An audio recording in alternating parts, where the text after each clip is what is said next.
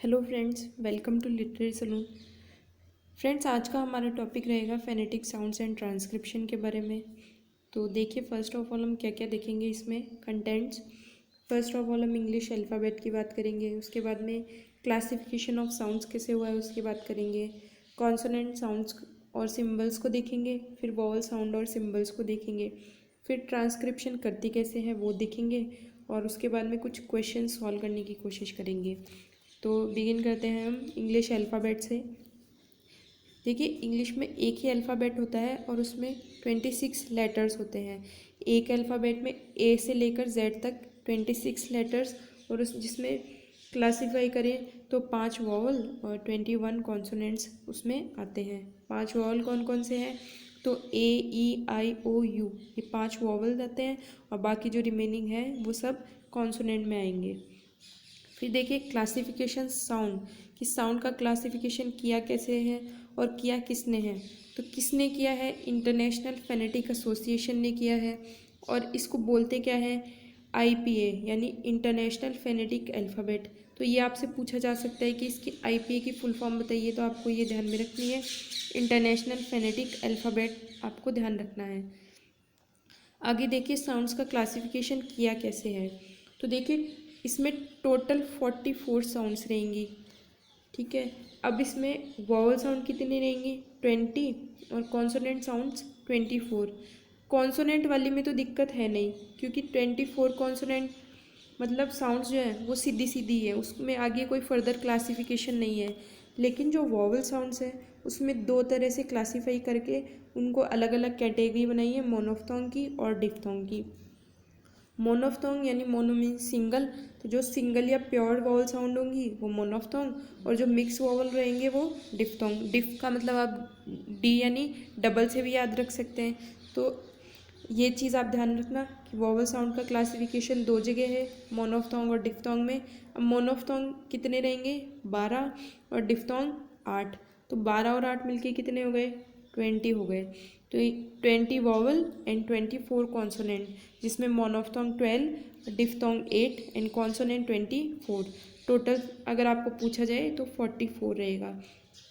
इसमें से आपका एक क्वेश्चन कंफर्म है, तो आप इस चार्ट को बहुत ध्यान से पढ़िएगा। फिर आगे देखते हैं कॉन्सोनेंट्स के बारे में, कॉन्सोनेंट साउंड्स के बारे में। तो देखिए, बहुत सिंपल सिंपल से हैं। पी, प के लिए, ब के लिए बी, मैं के लिए एम, क के लिए के, अंग के लिए ये वाला, ठीक है, ट के लिए टी, ड के लिए डी, न के लिए एन, ग के लिए जी, है के लिए एच। ये बहुत सिंपल है, इसमें कोई दिक्कत नहीं है, ये बहुत सीधे सीधे हैं।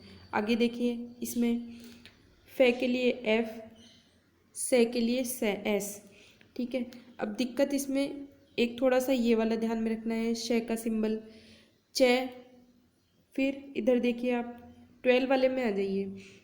अब इसमें वह 12 एंड 13 में दोनों में वह साउंड दिया हुआ है, ठीक है, और वह के लिए वी एंड डब्ल्यू। तो जहाँ पे वी से वर्ड स्टार्ट होगा वहाँ पे वी से आपको बनाना है ट्रांसक्रिप्शन, और जहाँ पे डब्ल्यू से स्टार्ट होगा वह का साउंड वहाँ पे डब्ल्यू से बनाना है। ठीक है, थ के लिए थीटा आ जाएगा, और द के लिए जो 9 है उसको उल्टा करके फिर इसमें ज़रा सा क्रॉस लगा देंगे। फिर देखिए, ज और ज दो साउंड है 19 एंड 20 में। देखिए, अब देखिए फर्स्ट वाला जो जेड है, ठीक है, अगर साउंड जय के किससे आए, एस या जेड से आए, तब तो ये वाला जय काम में आएगा। और अगर साउंड निकले जय की जे या जी ई से, तो ये वाला जय काम में आएगा। आगे और देखते हैं। ले के लिए एल, रे के लिए आर, ये के लिए जे। ये बहुत इम्पॉर्टेंट है, ये आप ध्यान रखना, क्योंकि वाई का सिंबल नहीं है इसमें। फिर देखिए शजय, यानी मेजर, प्लेजर, ट्रेजर, ऐसे कोई वर्ड्स जो आते हैं जहाँ पे श और जय दोनों की मिक्स साउंड आती है, वहाँ पे ये 3 वाला सिंबल काम में आता है। फिर देखिए वॉवल साउंड्स की बात करते हैं। तो मोनोफ्थोंग्स हमने पढ़ा है 12 होते हैं। अब 12 में देखिए इधर वाले जो हैं फर्स्ट रो वाले, ये थोड़े डीप साउंड वाले हैं, और ये इधर वाले जो हैं वो थोड़े रैपिड साउंड वाले हैं। देखिए, जैसे ई का साउंड है तो बिट और बीट, ठीक है, तो यहाँ पे जब सिंपल आई आ जाएगा तब तो ये, और जब दोनों डॉट लगा के आ जाएगा तो यहाँ पे डीप साउंड हो जाएगा। ऐसे ही ए और आई। फिर ऊ, ऊ के लिए सिंपल यू आ गया और डीप ऊ के लिए यहाँ पे डॉट लग गए। अब जैसे देखिए डॉक्टर है, ऑक्टोपस है, ऐसा कोई वर्ड आ जाए जिसमें हमारा मुंह कैसा हो जाता है, राउंड हो जाता है।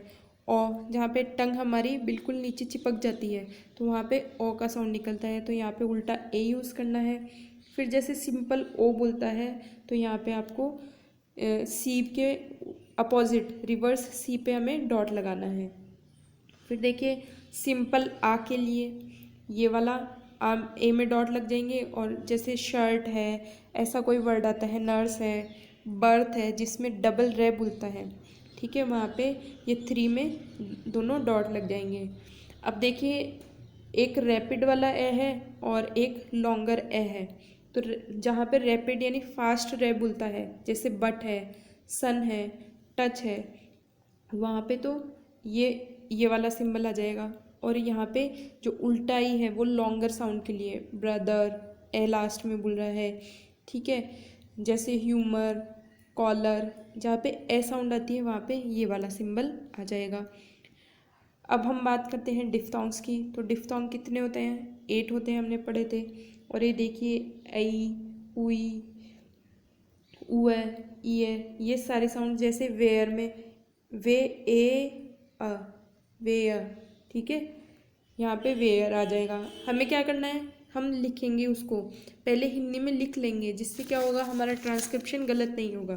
जैसे पुअर है तो रेन साइलेंट रहता है, हमने देखा है पीछे की जो हमने वीडियो देखी थी उसमें मैंने बताया था आपको कि कई वर्ड्स ऐसे होते हैं जिनमें साउंड्स नहीं होती हैं, कई लेटर्स ऐसे होते हैं जिनकी साउंड प्रोनाउंस नहीं करते हैं। तो जैसे पुअर है तो इसमें ऊए की साउंड आ रही है, ईयर, फिर एट, फिर नाइट, जैसे आई बोलते हैं ना तो सिंपल सा ए आई, आई हो गया ना। टॉय, ये हमने सिंबल पढ़ा है। तो जो प्योर वाउल साउंड्स है उन्हीं को मिक्स करके डिफ्थोंग्स बनाए गए हैं, गौ, काऊ, ठीक है, ये सब आपको ध्यान में रखने हैं।